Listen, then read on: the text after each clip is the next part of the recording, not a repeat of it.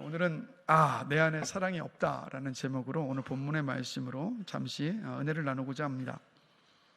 제가 한 4, 5년 전인가 저희 아이들을 다 데리고 필리핀에 선교지를 방문을 했습니다. 근데 이제 도착해서 얼마 하루가 지나서 이 둘째 승기가 열이 펄펄 끓기 시작하는 겁니다. 그래서 선교사님과 함께 소아과 병원을 가고 그곳에서도 원인을 찾을 수가 없어서 조금 더 큰 병원에 가서 진료를 받았습니다. 근데 결국에는 원인을 찾지를 못했어요. 그래서 의사가 해열제와 진통제만 처방을 해주는 겁니다. 그래서 해열제와 진통제를 먹으면서 한 이틀을 끙끙 앓면서 지내야만 했습니다. 근데 이게 나중에 알고 보니까 뭔지 아십니까? A형 독감이었습니다.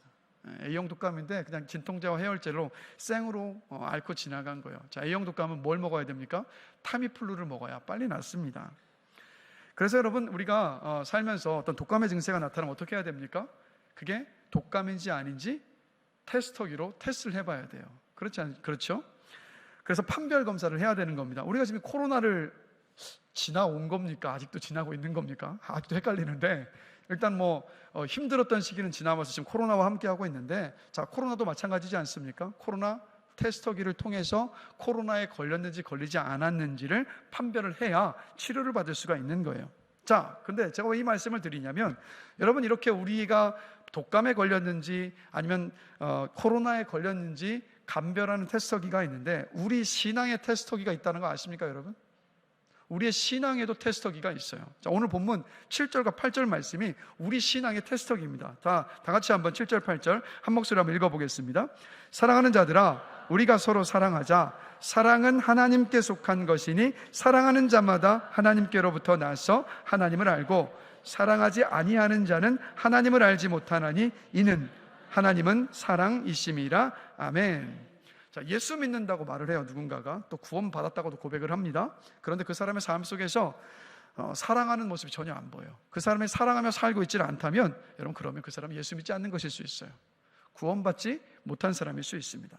반대로 그 사람이 정말 사랑하면서 살고자 하는 모습이 보인다면, 그럼 그 사람의 고백대로 그 사람이 예수 믿는 사람이고, 그리고 구원받은 사람입니다. 그래서 저와 여러분들이 사랑하면서 살고 있느냐 아니냐가 우리 신앙의 여러분 테스트인 거예요. 사랑하면서 살고 계십니까? 구원 받으셨습니까? 우리 자신 한번 점검해 봐야 되는 거예요. 자, 그런데 사랑하며 살라라고 말씀하고 계시는데, 이 사랑이 여러분 누구를 위한 사랑, 누구를 향한 사랑일까요? 누구를 사랑하며 살라는 말씀일까요, 여러분? 자, 요한일서 4장 21절과 5장 1절을 보면 정확히 알 수 있습니다. 우리 함께 한 목소리로 읽겠습니다. 우리가 이 계명을 주께 받았나니 예수께서 그리스도이심을 믿는 자마다 하나님께로부터 난 자니, 또한 낳으신 이를 사랑하는 자마다 그에게서 난 자를 사랑하느니라. 아멘. 여러분, 한 부모 아래에서 태어나고 자라는 형제들은요, 서로에 대한 애정을 다 가지고 있습니다. 그렇죠? 제가 언젠가 말씀드렸던 것 같아요. 제 동생이 어릴 때 막 제가 만들었던 프라모델도 부수고 막 이래서 미울 때도 있고 막 승질나고 화나서 울을 때도 있었는데, 동생이 어려운 상황에 처하면은요, 어디서 올라오는 건지 이 안에 막 혹 끓어오르는 게 있어서 막 동생을 돕게 되는 어떤 그런 경험들이 저도 있는데, 그래서 이런 말 있지 않습니까? 피는 물보다 진하다. 피는 물보다 진하다. 여러분, 근데 영적으로도 똑같습니다. 예수를 믿어서 구원받은 성도는 누구에게서 난 사람들입니까? 하나님으로부터 난 사람들. 그래서 하나님으로부터 난 사람들은 그 다음부터 아버지가 누구십니까? 하나님이시잖아요. 그래서 하나님께로부터 난 하나님의 자녀는 하나님께로부터 난 또 다른 자녀들을 여러분 사랑하며 사는 겁니다. 바로 이 형제 사랑을 이야기하는 거예요. 그래서 11절을 보시면 이렇게 말씀하고 있죠. 함께 한번 읽어보겠습니다. 사랑하는 자들아, 하나님이 이같이 우리를 사랑하셨은즉 우리도 서로 사랑하는 것이 마땅하니라. 아멘. 이 자리에 부모님들 많이들 계시는데, 여러분, 자녀를 대하실 때 부모의 마음은 뭡니까? 자녀들이 서로 아껴주며 사랑하며 우애 있게 지내면, 여러분, 그것으로 부모 너무 기쁘지 않습니까? 저도 새아이의 아빠인데, 이놈들이 싸울 때는 너무 꼴보기 싫은데 서로 우애 있게 사랑하면서 지내는 모습은 그렇게 마음이 좋아요. 이게 부모의 마음이지 않습니까? 하나님 아버지의 마음도 똑같으신 거예요. 하나님 우리를 바라보실 때 우리가 다 서로 사랑하면서 살아가기를 원하시는 것, 바라시는 것, 그게 우리 아버지 하나님의 마음이신 겁니다. 자, 그런데 한 가지를 우리는 질문을 해보고 싶어요. 왜 서로 사랑하기를 원하실까요, 우리가? 물론 여기서 하나님의 사랑을 우리가 받았기 때문에 그 사랑을 흘려보내기 원하시는 하나님의 마음이 있는 게 맞습니다. 근데 조금 더, 왜 우리가 서로 사랑하며 살기를 바라실까? 먼저는요, 사랑하는 것이 하나님을 닮아가는 것이기 때문입니다. 그렇죠? 그리고 두 번째 이유가 오늘 9절 속에 있어요. 자, 우리 9절 말씀을 한 목소리 한번 읽어보겠습니다. 하나님의 사랑이 우리에게 이렇게 나타난 바 되었으니 하나님이 자기의 독생자를 세상에 보내심은 그로 말미암아 우리를 살리려 하심이라. 아멘. 자, 뭐라고 말씀합니까? 그로 말미암아 우리를 살리려 하심이라. 자, 여러분, 예수님의 십자가의 사랑과 은혜 때문에 우리가 살아난 줄로 저는 믿습니다.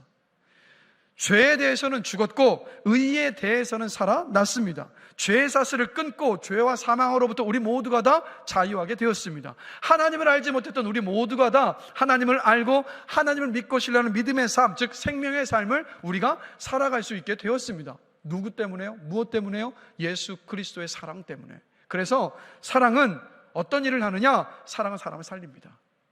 사랑은 사람을 살려요. 사랑이 사람을 살리기 때문에, 그래서 하나님이 우리들에게 서로 사랑하며 살기를 바라시는 거예요. 그러면 사랑이 왜 사람을 살리는가? 그 이유가 뭔가를 말씀을 통해서 한번 좀 더 구체적으로 한번 살펴보려고 합니다. 자, 여러분이 잘 아시는 고린도전서 13장을 뭐라고 부르죠? 사랑장이라고 부릅니다.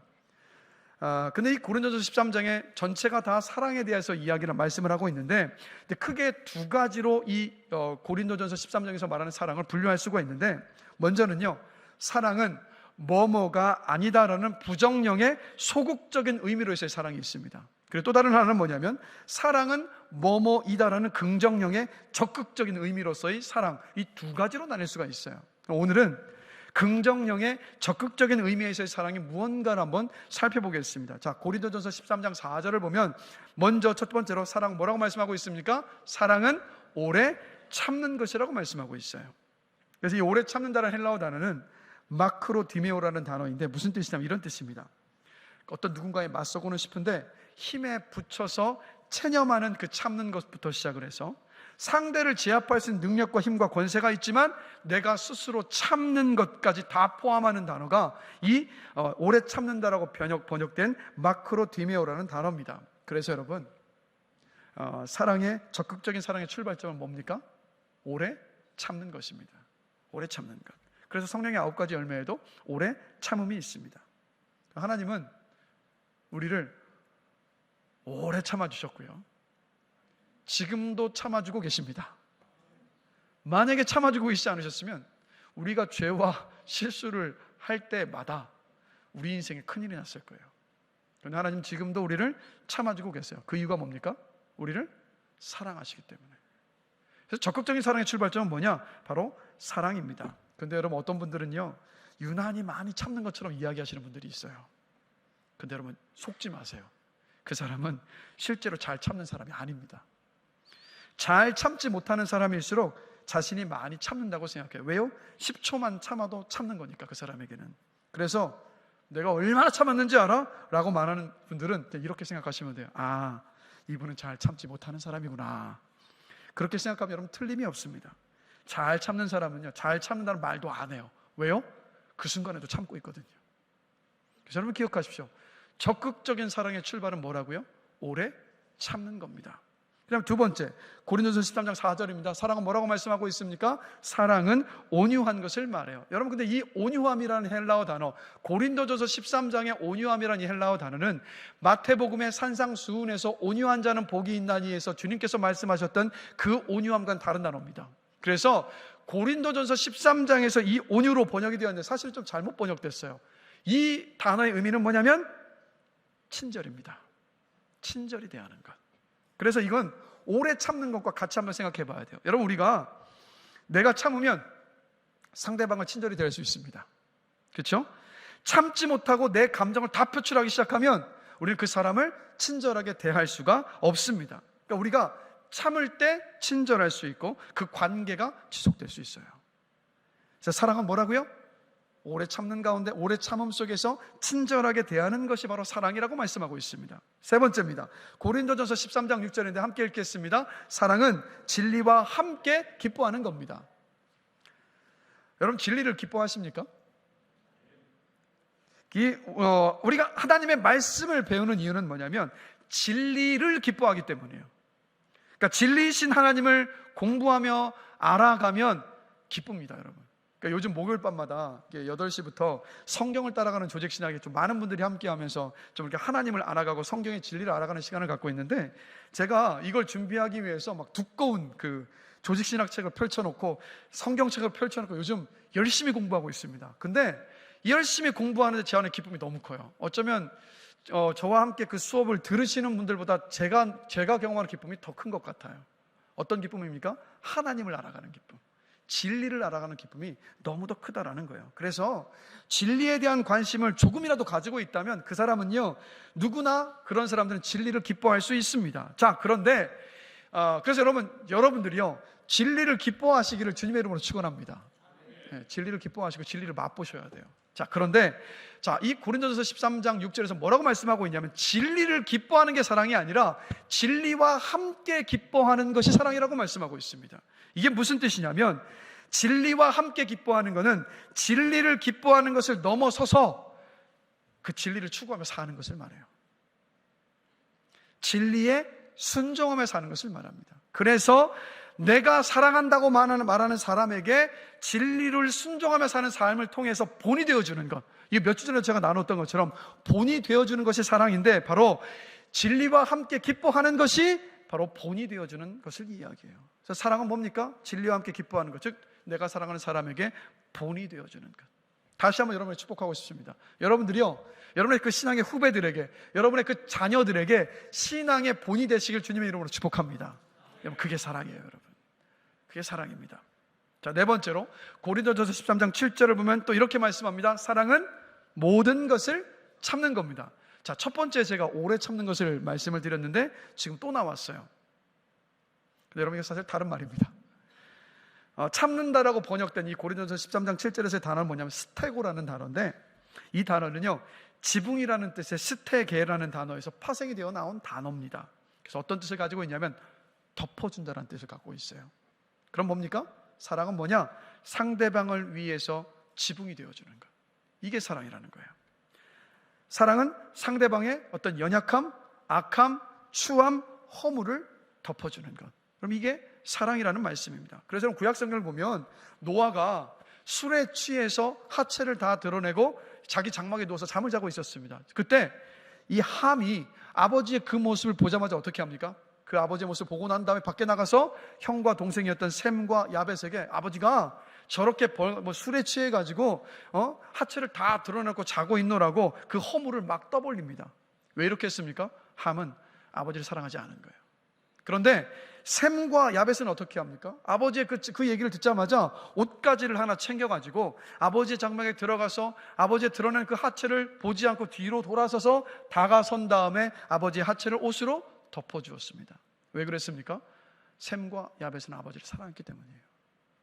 사랑은 허물과 실수를, 연약함을 덮어주는 겁니다.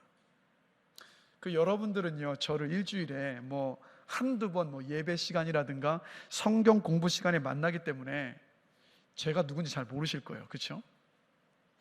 저의 허물을 잘 모르실 겁니다. 그래서 설교를 들으실 수 있는 거예요. 그래서 설교를 들을 수 있는 거예요.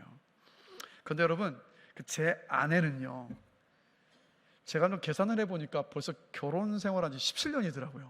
이제 제법 많이 산 것 같아요. 이제는 그래서 우리 결혼할 청년들의 할 이야기가 많아졌어요. 17년 정도면 그래도 할 얘기가 좀 있지 않습니까? 무슨 말이냐면 제 아내는 제 허물과 실수를 너무 잘 압니다.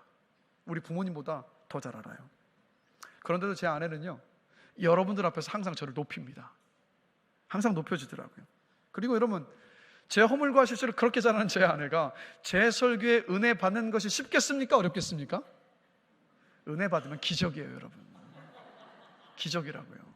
다른 게 기적이 아니라 제 허물과 실수를 가까이서 너무 잘 알고 있는 제 아내가 제 설교를 들으면서 은혜 받는 것은 여러분 기적입니다. 그런데 보면 제 설교에 은혜 받는 모습을 봐요. 어떻게 이런 일이 일어날 수 있을까요? 제 실수와 허물을 제 아내가 덮기 때문입니다. 그래서 잠언 10장 12절을 보면 이렇게 말씀하고 있어요. 함께 한 목소리 한번 읽어보겠습니다. 미움은 다툼을 일으켜도 사랑은 모든 허물을 가리느니라. 아내가 저를 사랑하기 때문에 제 허물과 실수를, 잘못을 덮어주고 있는 거예요. 여러분, 우리 모두요 용서받은 죄인입니다. 기억하셔야 돼요. 우리는 용서받은 죄인이에요. 모두가 다. 그래서 우리는 모두 구원받았지만 허물과 실수가 많습니다. 그냥 많다고 할 거 아니라 아주 많습니다. 여러분, 그거 다 들춰내면 우리 함께 신앙생활 할 수 있을까요, 없을까요? 못합니다. 어떻게 서로를 봅니까, 여러분? 민망해서 서로를 대할 수가 없잖아요. 그래서 여러분, 우리 허물과 실수를 덮어주는 사랑으로 서로를 대할 수 있게 되기를 원합니다. 허물과 실수 좀 먼저 보지 마시고 그 사람의 장점, 가치를 보시고 칭찬해 주시고 격려하신 여러분들 되시기를, 우리 모두가 되기를 주님의 이름으로 간절히 축원합니다. 그리고 누군가 뭔가 비판하고 싶은 어떤 일들이 생기지 않습니까? 그럼 주님의 말씀을 기억하시라고요. 네 눈에 있는 들보를 보라고 말씀하시잖아요. 상대방에 있는 그 티를 크게 보지 말고 너에게 있는 들보를 볼 수 있는 저와 여러분이 되기를 원합니다. 여러분, 사랑은 뭐라고요? 실수와 허물을 덮어주는 것입니다. 다섯 번째, 고린도전서 13장 7절에서 또 사랑은 이렇게 말씀하고 있습니다. 같이 읽습니다. 사랑은 모든 것을 믿는 겁니다. 자, 여기서 이 믿다라는 단어가 뭐냐면 피스티오라는 단어인데, 하나님을 믿는다라고 했을 때 그 단어입니다. 그래서 사랑은 뭐냐? 모든 것을 믿는 게 무슨 의미냐? 사랑은 여러 가지 그 사람 안에 있는 부족함에도 불구하고, 그럼에도 불구하고 그 사람을 통해서 하나님의 선하신 뜻이 이루어질 것을 믿는 것이 사랑이라는 말씀이에요. 그래서 여러분, 우리가 특별히 우리 부모님들 자녀를 대할 때 자꾸 그 현재만을 바라보지 마시라니까요. 현재만을 바라보지 마시고 내 자녀를 통해서 하나님의 선하신 뜻이 이루어질 것을 믿으면 쉽게 그 사람을 여러분 판단하고 단정짓지 않을 수 있습니다. 쉽게 실망하지 않아요. 기다려줄 수 있고 기대감을 가지고 격려해 줄 수 있습니다. 이게 바로 사랑이에요. 여러분, 그래서 우리가 서로가 서로를 대할 때, 자녀들을 대할 때, 배우자를 대할 때마다 그럼에도 불구하고 하나님의 선하신 뜻이 이 사람 안에 이루어진다라는 이 눈으로, 이 사랑의 마음으로 우리 서로를 대할 수 있게 되기를 간절히 축원합니다. 그리고 여섯 번째, 또 고린도전서 13장 7절인데 사랑을 이렇게 말씀하고 있습니다. 같이 읽습니다. 사랑은 모든 것을 바라는 것입니다. 자, 이거 오해하시면 안 돼요. 여기서 바란다라는 것이 뭐 내가 원하는 모든 것들, 바라는 모든 것들이 이루어질 것을 바라는 것이 아닙니다, 여러분. 헬라어로 엘피조라는 단어인데 무슨 뜻이냐면 소망하다라는 뜻이에요. 소망하다. 그 사람을 향해서 소망을 품는 것. 그러니까 우리가 여러분 누군가를 사랑한다고 할 때, 자, 한번 돌아보십시오. 우리가 누군가를 사랑한다고 할 때 많은 경우 그 사람의 현재의 모습에만 집착할 때가 참 많습니다. 이 사람이 지금 내가 사랑할 만한 사람인지, 그걸 우리가 생각할 때가 참 많아요. 근데 여러분, 사실 지금 현재의 모습만을 놓고 사랑하려고 한다면 그건 엄밀히 말하면 사랑이 아니라 굉장히 이기적인 마음 아닙니까? 그래서 사랑은 뭐냐? 사랑하는 사람의 현재가 아니라 미래를 사랑하는 게 사랑입니다. 이게 주님이 말씀하고 계신 사랑인 거예요. 그 사람의 미래가 이러이러하게 되기를 소망하는 것. 그래서 상대에 대한 이런 소망을 갖게 되면 상대를 대하는 표정이 달라지고요, 상대를 대하는 태도도 달라지고요, 상대에게 하는 말도 달라질 수 있습니다. 왜요? 주님이 이 사람을 이 모습이 아니라 더 주님을 닮은 모습으로 변화시킬 것을 내가 소망하기 때문에. 그래서 한번 생각해 보십시오. 우리가 서로를 대할 때요, 이 있는 모습을 대하면 막 화가 날 수도 있어요. 실족할 수 있어요. 그러나 정말 우리가 하나님의 어떤 시각 안에서 이 사람이 장차 주님과 같은 모습으로, 성숙한 모습으로 변화될 사람이야 라는 이 시각으로 바라보면요, 여러분, 우리요 서로를 정말 기쁨으로 대할 수 있습니다. 우리 그렇게 대할 수 있게 되기를 간절히 기도합니다. 그게 사랑이라고 말씀하고 있죠. 특별히 이 자리에 우리 자녀를 둔 부모님들, 가정에서요 부모가 말하는 대로 자녀가 된다는 것을 기억하셔야 됩니다. 정말 내 자녀가 공부해서 남주는 인생, 돈 벌어서 남주는 인생, 다른 사람을 살리는 인생이 되기를 정말 바란다면, 그러면 부모된 우리가 자녀에게 하는 말과 그 내용이 달라져야죠. 그 기대감을 가지고 있다면 달라져야죠. 그리고 부부관계에서도 마찬가지입니다. 내 남편이, 내 아내가 지금은 부족하지만 장차 예수님을 닮은 성숙한 사람이, 성숙한 모습으로 바뀔 사람이다, 변화될 사람이다, 여러분 이런 마음으로 대할 수 있어야만 합니다. 그리고 믿음의 형제와 자매를 대할 때도 똑같은 거예요. 지금은 부족해 보여도 장차 예수님처럼 성숙해질 사람이다라는 여러분 이 마음으로 여러분 대해야 되는 거예요. 이게 서로를 사랑하는 것입니다. 우리 그렇게 사랑할 수 있게 되기를 간절히 기도합니다. 마지막 7번째로 고린도전서 13장 8절에서 이렇게 말씀하고 있습니다. 함께 읽습니다. 사랑은 모든 것을 견디는 것이에요. 자, 여기 또 견딘다고 하니까 오래 참는 것과 또다시 오버랩이 되는데, 여기서 이 견딘다로 번역된 헬라어 단어는 어떤 뜻이냐면 다른 단어인데 이런 뜻입니다. 상대방의 아래에 거한다라는 뜻이에요. 이건 쉽게 풀이하면 무슨 뜻이냐면 상대방의 입장에 선다란 말입니다. 사람은, 그러니까 우리는요 흔히 누군가를 사랑할 때 내가 좋아하는 그 사람의 면만은 취하고 내가 좋아하지 않는 부분, 마음에 들지 않는 부분들은 막 부정해 버리려고 합니다. 아니면 막 바꾸려고 하죠. 그걸 막 고쳐보려고 하지 않습니까? 그런데 사랑은 뭐냐면 나하고 다른 점을, 내가 볼 때 좋아 보이지 않는 그 점을 틀렸다 하지 않고 그 다르다는 것을 인정하면서 받아들이는 것, 그럼 그게 바로 사랑입니다. 사랑은 내가 좋아하는 점뿐만 아니라 그 사람의 마음에 들지 않는 것까지도 인정해 주는 것, 받아들여 주는 것, 바로 그게 사랑입니다. 그런데 이렇게 상대방의 그 전 존재를 내가 다 받아들일 때 필요한 것이 뭐냐? 그게 바로 그 사람 아래에 거하는 것, 그 사람의 입장에 서 있을 수 있어야 돼요. 그럴 때 그 사람의 모든 것들을 우리가 다 용납하고 받아들일 수 있습니다. 인정해 줄 수 있어요. 제 아내가 새 아이를 키우면서 큰 소리를 낼 수밖에 없잖아요. 그럴 때마다 제 마음 안에 이런 생각을 했습니다. 도대체 왜 저래? 나 같으면 저렇게 안 할 수 있는데라는 이 어떤 자만함을 가지고 생각할 때가 제가 많았습니다. 그런데 요즘 제가 우리 막내를 챙기고 돌보는 시간이 많아졌어요. 그러다 보니까 아내가 왜 큰 소리를 쳤는지 알겠더라고요. 돼보니까 알겠더라고요. 그렇다고 오해하시면 안 돼요. 우리 막내 윤기가 막 맨날 말썽 부리는 게 그게 절대 아닙니다. 그렇게 오해하시면 안 돼요. 그런 오해하시면 안 됩니다. 그래서 여러분 이런 말이 있습니다. 남의 신을 신고 심리를 걸어보지 않고는 그 사람에 대해 말하지 말아라. 그 사람의 입장에 서 볼 때 비로소 평소 이해할 수 없었던 그 사람의 말과 행동과 태도를 이해할 수 있습니다. 그래서 그 사람의 입장에 서는 것 자체가, 그게 바로 사랑입니다. 그래서 예수님이 우리의 모든 질고를 다 겪으신 이유가 뭡니까? 항상 우리의 입장이 되어주시기 위해서. 바로 그게 주님의 사랑입니다. 자, 이렇게 보면 여러분, 사도 바울이 고린도전서 13장에서 적극적인 의미의 사랑을 지금 7개의 단어로 설명을 하고 있습니다. 성경을 보면 7은요 완전수입니다. 그럼 사도 바울이 뭘 말하고 있는 거겠습니까? 하나님께서 우리가 사랑하며 살기를 원하시는, 그리고 무엇보다도 예수 그리스도를 통해서 우리에게 부어주신 하나님의 완전한 사랑의 무언가를 사도 바울이 말해주고 있는 겁니다. 그래서 뭡니까? 이 사랑은 무엇으로부터 시작합니까? 참는 것으로부터 시작해서 그 다음으로 넘어가요. 참으면 친절할 수 있고요, 참으면 진리로 그 사람을 사랑할 수 있습니다. 참으면 그 사람의 허물을 덮어줄 수 있습니다. 참으면 그 사람을 믿어줄 수 있습니다. 참으면 그 사람의 미래에 대한 소망을 잃지 않을 수 있습니다. 참으면 그 사람의 입장이 되어줄 수 있어요. 지금 이걸 말씀하고 있는 겁니다. 그러면 우리가 한번 생각해 봤으면 좋겠습니다. 우리가 지금 고린도전서 13장에서 바울이 말했던 적극적인 의미의 이 사랑 7가지를 우리가 배우자를 대할 때, 내 자녀를 대할 때, 믿음의 형제와 자매를 대할 때 이 사랑으로 대한다면 여러분 어떻게 될까요? 어떻게 되겠습니까? 어떻게 될까요, 여러분? 이렇게 말로 표현할 수 없을 만큼 놀라운 일이 벌어지지 않겠습니까? 막 나의 그 사랑을 받는 내 배우자가, 내 자녀가, 믿음의 다른 형제 자매들이 하나님의 사랑을 경험합니다. 그러면 이 새로운 시도를 하는 것을 두려워하지 않아요. 실수하거나 실패하고 넘어져도 다시 박차고 일어납니다. 왜요? 그 사랑이 있으니까. 건강한 자존감을 가지고 다른 사람들을 만나고 대합니다.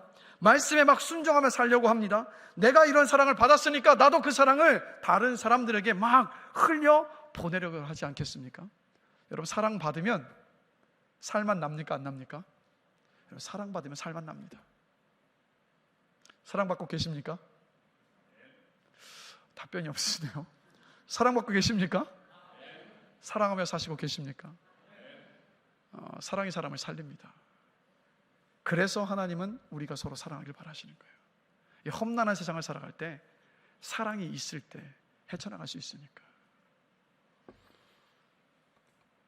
다시 질문 드릴게요. 이런 사랑을 하면서 살고 계십니까? 여러분 안에, 내 안에 다른 사람을 사랑할 수 있는 그 사랑이 있으십니까? 어떤 분들은 오늘 말씀 제목처럼 내 안에 사랑이 없다라고 탄식하실 분이 계실런지도 모르겠어요. 아니면 어쩌면 우리 대부분이 다 사랑하며 살고 싶은데 내 안에 사랑이 없구나, 이렇게 다 탄식하며 고민하는지도 모르겠습니다. 저희 집에 그 둘째 승기를 보면요, 우리 막내 윤기가 우리 집에서 가장 재밌게 놀아줍니다. 제가 봐도 정말 재밌게 놀아줘요. 그러니까 이 형의 사랑을 듬뿍 받아서인지 윤기는요, 동생들을 정말 잘 챙겨주고요, 정말 잘 놀아줍니다. 여러분, 예수를 믿으십니까? 여러분, 예수 믿으세요? 아멘 한다고 아멘 하셨는데, 예수를 믿어도 이런 사랑을 우리가 하고 있지 못하다면 이유는 뭘까요? 이유는 딱 한 가지입니다. 아직 그 사랑을 경험하지 못한 거예요. 그런 사랑을 맛보지 못한 겁니다.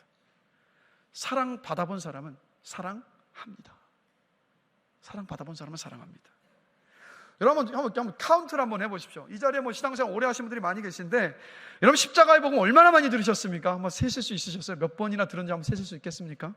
하나님께서 죄인인 나를 살리시려고 하나뿐인 아들 예수 그리스도를 보내시고 십자가에서 죽게 하시고 부활하셔서 나를 구원하여 주셨다는 이 복음의 메시지, 여러분 귀에 못이 박히도록 들었습니다. 우리 모두가 다. 하나님께서 당신의 하나뿐인 아들의 생명을 주시는 사랑을 우리 모두에게 여러분 주셨습니다. 자, 그런데도 다른 사람을 사랑하고 있지 못하다면 그 이유는 뭐라고요? 하나님의 그 불같은 사랑을 아직 내가 경험해보지를 못한 겁니다. 여러분, 뜨거운 음식만 먹어도요, 티가 납니까? 안 납니까? 티가 바로 납니다. 뜨거워하면서 바로 나지 않습니까? 똑같아요. 하나님의 그 불같은 사랑을 받으면 주변 사람들이 다 합니다. 어떻게 합니까? 그 사랑을 주체할 길이 없어서 막 그 사랑을 흘려보내거든요. 다른 사람을 사랑하려고 하거든요. 그래서 이 사랑이 내 안에 없으면, 하나님의 그 불같은 사랑이 내 안에 없으면, 이 사랑을 내가 누리고 있지 않으면 여러분, 우리 다른 사람을 사랑할 수 없습니다. 다른 사람을 사랑할 수가 없어요. 자, 오늘 본문 9절과 10절 함께 보실까요? 함께 한 목소리 한번 읽어보겠습니다.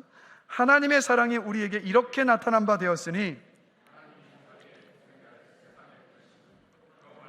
우리를 살리려 하심이라. 사랑은 여기 있으니 우리가 하나님을 사랑한 것이 아니요 하나님이 우리를 사랑하사 우리 죄를 속하기 위하여 화목제물로 그 아들을 보내셨음이라. 자, 여러분, 하나님은 이미 여러분에게, 이미 나에게 그 불같은 사랑을 주셨습니다. 예수 그리스도를 통해서. 자, 그런데 우리가 이 사랑을 누리지 못하는 이유가 뭔지 아십니까? 바로 우리를 사랑하신다라고 말씀하신 그 하나님의 말씀을 믿음으로 우리가 받아들이고 있지 않기 때문이에요. 여러분, 하나님의 사랑, 지난주에도 나눴죠. 느낌으로 하는 게 아닙니다. 말씀을 통해서 우리는 하나님께서 나를 사랑하시는지 아닌지를 우리가 알 수 있단 말이에요. 그래서 말씀을 믿음으로 받지 못하니까, 그래서 하나님의 사랑을 우리가 누리질 못해요. 여러분, 사도 요한이 이 요한일서를 보면 계속해서 이렇게 말씀하고 있어요. 하나님은 뭐라고 말씀합니까? 하나님은 사랑이심이라고 말씀하고 있어요. 이게 무슨 뜻이냐면 이런 뜻입니다. 이 말은 우리가 사랑스럽기 때문에 하나님이 우리를 사랑하시는 것이 아니라, 하나님이 그냥 사랑 그 자체이시기 때문에 우리를 사랑하시다는 말이에요. 우리가 어떤 사람이든 상관이 없이 하나님은 사랑 그 자체이시기 때문에 우리를 사랑하십니다. 그래서 지옥에 갈 수밖에 없는 우리를 사랑하셨기 때문에 독생자의 생명을 우리를 살리시기 위해서 여러분 내어주신 것입니다. 자, 그런데 우리는 어떻습니까? 우리는 사랑받을 만하게 행동하면 사랑했고, 사랑스러우니까 사랑했기 때문에 똑같이 생각해요. 하나님도 흠이 많고 부족한 나를 사랑하신다는 것이 받아들여지질 않아요. 좀처럼 믿어지질 않는 겁니다. 그런데 여러분, 하나님이, 그래서 하나님이 나를 사랑하지 않으신 것이 아니라 뭐라고요? 우리가 그 사랑을 믿음으로 받아들이지 않는 겁니다. 한 청년이 이런 고백을 하더라고요. 제가 이렇게 허물과 실수와 죄가 많은데 하나님이 나를 사랑하실까? 늘 고민이 된다는 고백을 하더라고요. 아마 이 자리에도 그런 고민을 하고 계시는 분이 계실 겁니다. 여러분, 왜 이런 고민이 들까요? 우리가 하나님도 사람처럼 사랑스러운 사람만 사랑하실 거야 라는 이 인간적인 세상, 세상의 어떤 그 가치관하게 우리가 매여 있기 때문입니다. 여러분, 사람들은 사랑받을 수 있는 자격을 항상 말하거든요. 넌 충분히 사랑받을 만해, 뛰어나고 잘났고 인기도 많으니까 라고 세상은 이야기합니다. 그러다 보니까 내가 얼마나 사랑받을 만한 사람인지를 우리가 끊임없이 증명하려고 해요. 근데 여러분, 그러면 여러분, 하나님의 사랑을 받으려면 우리 어떻게 해야 될까요? 오늘은 제가 주관식이 아니라 사지선다 객관식으로 문제를 드립니다. 우리가 하나님의 사랑을 받으려면 어떻게 해야 될까? 1, 2, 3, 4번 중에 답을 찾으시면 돼요. 자, 1번 공부를 잘한다, 2번 외모를 가꾼다, 3번 헌금을 많이 낸다, 4번 신앙생활을 잘한다. 자, 하나님의 사랑을 받으려면 1, 2, 3, 4번 가운데 몇 번이죠? 땡입니다. 모두 틀렸습니다. 하나님의 사랑을 받는 것은 내가 사랑받을 만한 사람인지를 증명하는 게 아니에요. 내가 사랑받을 만한 사람인지를 증명한다고 해서 하나님의 사랑을 받을 수 있는 것이 아니라, 하나님의 사랑은 뭐라고요? 믿음으로 받아들이는 겁니다. 하나님의 사랑을 믿음으로 받는 거예요, 여러분. 왜요? 먼저 하나님께서 예수 그리스도의 십자가를 통해서 그 사랑을 증명해 주셨기 때문에. 증명해 주셨기 때문에. 자, 10절 말씀 다시 한번 읽어보겠습니다. 10절입니다. 다 같이 읽겠습니다. 사랑은 여기 있으니 우리가 하나님을 사랑한 것이 아니요 하나님이 우리를 사랑하사. 기억하십시오. 사랑스러운 모습이 하나도 없었던 우리를 하나님이 먼저 사랑해 주셨습니다. 자, 로마서 5장 8절 함께 보시겠습니다. 다 같이 한 목소리를 읽습니다. 우리가 아직 죄인 되었을 때에 우리에 대한 자기의 사랑을 확증하셨느니라. 아멘. 자, 언제 우리를 사랑하셨다고요? 우리가 아직 죄인이었을 때, 죄의 악취가 진동하고 있을 그때, 하나님의 원수였고 하나님의 대적자였을 그때 하나님이 우리를 사랑하셔서 하나뿐인 아들을 내어 주셨습니다. 왜요? 우리를 사랑하시기 때문에. 우리를 사랑하시기 때문에. 자, 여러분 기억하세요. 하나님은 우리를 사랑하십니다. 사랑받을 만하기 때문이어서가 아니라 그냥 우리를 사랑하시기로 작정하셨기 때문입니다. 왜요? 하나님은 사랑 그 자체이시기 때문에. 여러분, 그래서 기억하십시오. 내가 사랑받을 만하지 못해도 하나님은 나를 사랑하셨고 사랑하고 계실 것이고 앞으로도 사랑하실 것입니다. 이게 하나님의 사랑이에요. 그래서 여러분, 이 사랑 어떻게 우리가 누릴 수 있다고요? 우리를 사랑하신다라고 성경을 통해서 말씀해 주신 그 말씀을 믿음으로 받을 때 이 사랑을 누릴 수 있는 겁니다. 그래서 여러분, 아무리 말씀을 많이 읽고 들어도요, 믿지 않으면 아무 소용이 없어요. 여러분. 십자가의 복음을요, 그렇게 많이 읽고 들었다 할지라도 믿음으로 받아들이지 않으면 그 십자가의 복음은 아무런 능력이 없습니다. 십자가 복음 안에 바로 나를 향한 하나님의 사랑의 메시지가 여러분 담겨 있습니다. 그렇기 때문에 세상에서의 경험이나 내 생각 안에 더 이상 매여 있지 마십시오. 하나님을 향한, 아니 여러분을 향한 하나님의 그 사랑의 메시지, 그 말씀을 믿음으로 받아들이게 되시기를 주님의 이름으로 축원합니다. 그래서 여러분, 성경 말씀을 대하실 때마다 믿기 위해 읽으시고 믿음으로 읽으셔야 되는 거예요. 그리고 이렇게 고백하십시오. 하나님, 제가 믿겠습니다라고. 그 믿음의 고백 속에서 여러분 안에 계시는 성령님께서 믿음의 역사를 반드시 일으키실 것입니다. 하나님이 나를 얼마나 사랑하시는지 그 말씀 안에서 여러분 충만케 되는 것을 여러분 반드시 경험하시게 되실 것입니다. 우리 모두가 다 그렇게 되기를 원해요. 그런가 하면 하나님 저에게 사랑을 주세요라고 우리 또 기도해야 됩니다. 그래야 우리 사랑하며 살 수 있어요. 자, 요한 1서, 2서, 3서, 요한계시록, 그리고 요한복음을 기록한 사람이 누구죠? 사도 요한입니다. 자, 이 사도 요한의 별명이 뭘까요? 사랑의 사도입니다. 그런데 사실 이 요한은요, 사랑의 사도라 불릴 수 있는 사람이 아니었습니다. 예수님이 사도 요한에게 별명을 붙이셨는데 이런 별명을 주셨습니다. 우레의 아들. 왜 이런 별명을 주셨겠습니까? 성질이 지랄 맞아서요. 오죽했으면 예수님께서 우레의 아들이라는 별명을 지어주셨겠습니까? 자, 그런데 이런 사도 요한이 사랑의 사도가 되어버렸단 말이에요. 무슨 일이 있었을까요? 혹시 요한이 사랑하기로 결단했기 때문일까요? 아니면 사랑하는 법을 부단히 훈련했기 때문일까요? 여러분, 예수님께서 십자가에 달리기 전에 사랑에 대해서 그렇게 많이 가르치셨지만 요한은 변하지 않았습니다. 그런데 성령을 받고 나서 요한이 뒤집어졌습니다. 이거 뭘 말합니까? 사랑은 사랑의 하나님께서 우리 가운데 역사하실 때 일어나는 일이 사랑이라는 것을 보여주는 것 아니겠습니까? 그렇기 때문에 내 안에 지금 사랑이 없다면 이건 회개할 문제가 아니라 기도해야 될 문제예요. 하나님, 저에게 사랑을 주십시오. 하나님은 사랑이시니까 제가 사랑할 수 있게 하여 주시옵소서라고 이런 기도해야 되는 겁니다. 여러분의 인생에서 가장 중요한 것이 무엇입니까? 뭐가 여러분의 인생에서 가장 중요한 가치예요? 돈입니까? 건강입니까? 성공입니까? 아니면 아이들이 대학에 잘 가고 좋은 직장에 취직하는 것, 우리 자녀들이 결혼해서 가정을 꾸리는 것입니까? 여러분들 모두 기도해 보셨죠? 그럼 아마 기도하시면서 내가 하는 일이 잘 되게 하여 달라고 기도해 보셨을 거고, 건강을 달라고도 기도해 보셨을 것이고, 자녀들의 마음을 잡게 하여 달라고도 기도해 보셨을 겁니다. 자, 여러분이 믿음으로 기도하면 하나님께서 응답하여 주신다는 것을 믿으십니까? 네, 아멘이죠. 요즘 제가 감사한 건 뭔지 아십니까? 목장에서 모여서 함께 기도할 때 그 함께 모여서 기도했던 기도의 제목에 응답의 역사가 많다는 기쁜 소식을 들어서 얼마나 감사한지 모르겠습니다. 네, 맞아요. 기도하면 하나님께서 응답해 주십니다. 자, 그런데 사랑을 달라고 기도해 보셨습니까? 최근에 사랑을 달라고 기도하신 때는 언제셨습니까? 우리가 사랑하지 못해서 회개해야 될 것이 있다면 딱 이거 한 가지인 것 같아요. 사랑을 위해서 기도하지 않은 것. 여러분, 사랑을 놓고 기도했다면 하나님께서 반드시 우리의 기도 가운데 응답하시기 때문에 우리가 사랑하며 살고 있지 않겠습니까? 그런데 사랑하며 여전히 살고 있지 못하다? 그 말은 뭐냐? 우리가 그것을 두고 기도하지 않기 때문이었습니다. 왜 기도하지 않습니까? 사랑을 위해서 기도하지 않는 이유는 뭔지 아십니까? 단도직입적으로 말씀드립니다. 사랑을 가장 중요하게 생각하지 않기 때문이에요. 여러분, 우리가 무엇을 가장 먼저 기도합니까? 내가 가장 중요하다고 여기는 그 문제를 두고 가장 먼저 기도하잖아요. 근데 사랑을 두고 기도하지 않았다, 이 말은 뭐냐면 우리 안에 사랑을 가장 중요한 것으로 생각하지 않으니까 기도하지 않는 겁니다. 고린도전서 12장 31절을 보면요, 이렇게 말씀하고 있습니다. 우리 함께 한 목소리 한번 읽어보겠습니다. 너희는 더욱 큰 은사를 사모하라. 내가 또한 가장 좋은 길을 너희에게 보이리라. 자, 여러분 보시면 더욱 큰 은사를 사모하라고 말씀하고 있는데 이게 고린도전서 12장의 마지막 절입니다. 그리고 나서 다음 장이 뭡니까? 사랑장이라고요. 그럼 여기서 더욱 큰 은사는 뭡니까?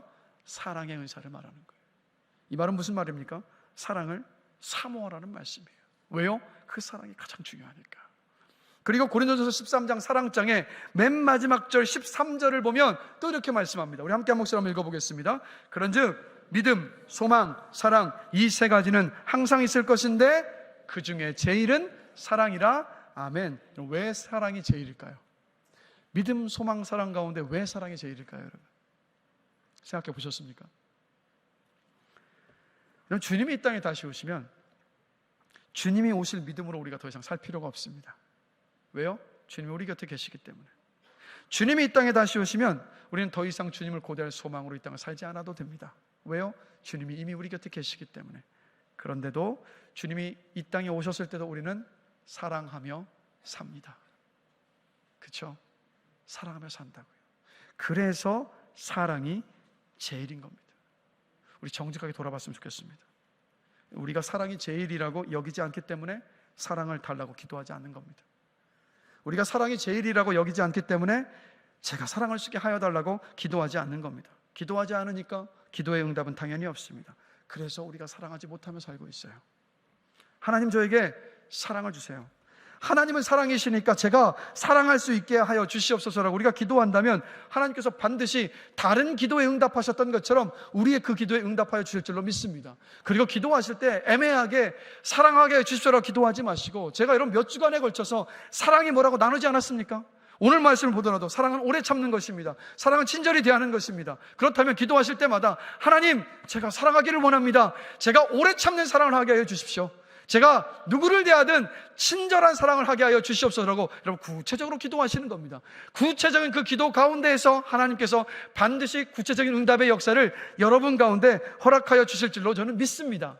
그래서 우리 안에요, 진짜 이제 오늘부터 여러분 그걸 놓고 기도하기를 결단하시고 막 이런 소문이 들려왔으면 좋겠어요. 막 사랑하며 산다고, 우리 아내가 바뀌었다고, 우리 남편이 바뀌었다고, 우리 부모님이 바뀌었다고, 우리 목장 식구가 바뀌었다는 이 소식이 들려오게 될 줄로 저는 믿습니다. 여러분, 우리 교회가 다른 것으로 소문날 게 아니라 뭘로 소문나야 되는지 아세요? 사랑으로 소문나야 됩니다. 그 교회 가면 진짜 서로 사랑하더라. 그 교회 가니까 지쳐있던 내 심신이 다 녹더라. 여러분, 정말 이런 사랑으로 소문난 여러분이 있는 목장, 우리 교회, 여러분의 가정이 되시길 주님의 이름으로 축복합니다. 말씀을 마무리하겠습니다. 우리 찬양팀 다 올라와 주시고요. 정신과 의사 윤홍균 씨가요, 그의 책에서 이런 고백을 하더라고요. 잘 한번 들어보십시오. 사적으로든 의사로서든 내가 만나는 사람들의 속사정을 들어보면 힘든 일 대부분은 사랑 때문이었습니다. 부모에게서 사랑 대신 차별과 미움을 받고 자랐거나, 자신을 사랑하는 방법을 모르거나, 믿었던 사람에게 배신당하거나, 사랑하는 사람과 갈등하거나 헤어져서 아파했습니다. 이런 사정은 부유한 데다가 사회적 성공을 거머쥔 사람이라고 해서 다르지 않았습니다. 사랑을 원만하게 가꿔가지 못해서 우울해하는 모습을 너무 많이 보았습니다. 사람들이 겪는 여러 가지 문제의 근원을 파고 들어가면 그 끝엔 언제나 사랑이 있었습니다. 부모와 자식, 연인, 부부, 친구, 동료 등 중요한 관계란 관계는 다 사랑이라는 하나의 호수에 뿌리 내린 나무들이 아닐까 싶습니다라고요. 가만히 한번 돌아보십시오. 우리 인생의 많은 문제들 그 뿌리에 들어가 보면 사랑의 문제가 있더라고요. 성경은 그래서 우리에게 분명히 말씀하고 있습니다. 우리에게 가장 필요한 것이 사랑이라고. 사랑이 있으면 다 있는 것이고, 사랑이 없으면 아무것도 없는 것과 마찬가지라고 성경은 우리에게 말씀하고 있습니다. 여러분 기억하십시오. 사랑은 누가 주시는 겁니까? 하나님이 주시는 것입니다. 사랑은 우리의 결단과 의지의 역사가 아니라 하나님의 역사입니다. 나를 사랑하신다라고 말씀하시는 그 하나님의 말씀을 믿음으로 받아들이신 여러분들이 되시기를 주님의 이름으로 축복합니다. 그리고 사랑을 주셔서 제가 받은 사랑을 품고 저도 내 배우자를, 내 자녀를, 우리 믿음의 형제와 자매들을 사랑하며 살게 하여 달라고 기도할 수 있는 우리 모두가 되기를 원합니다. 그래서 여러분, 부흥이 뭔지 아세요? 부흥은 사랑의 역사가 일어나는 것이 부흥입니다. 이 사랑의 부흥이 우리 안에 일어나게 되기를 주님의 이름으로 간절히 축원합니다.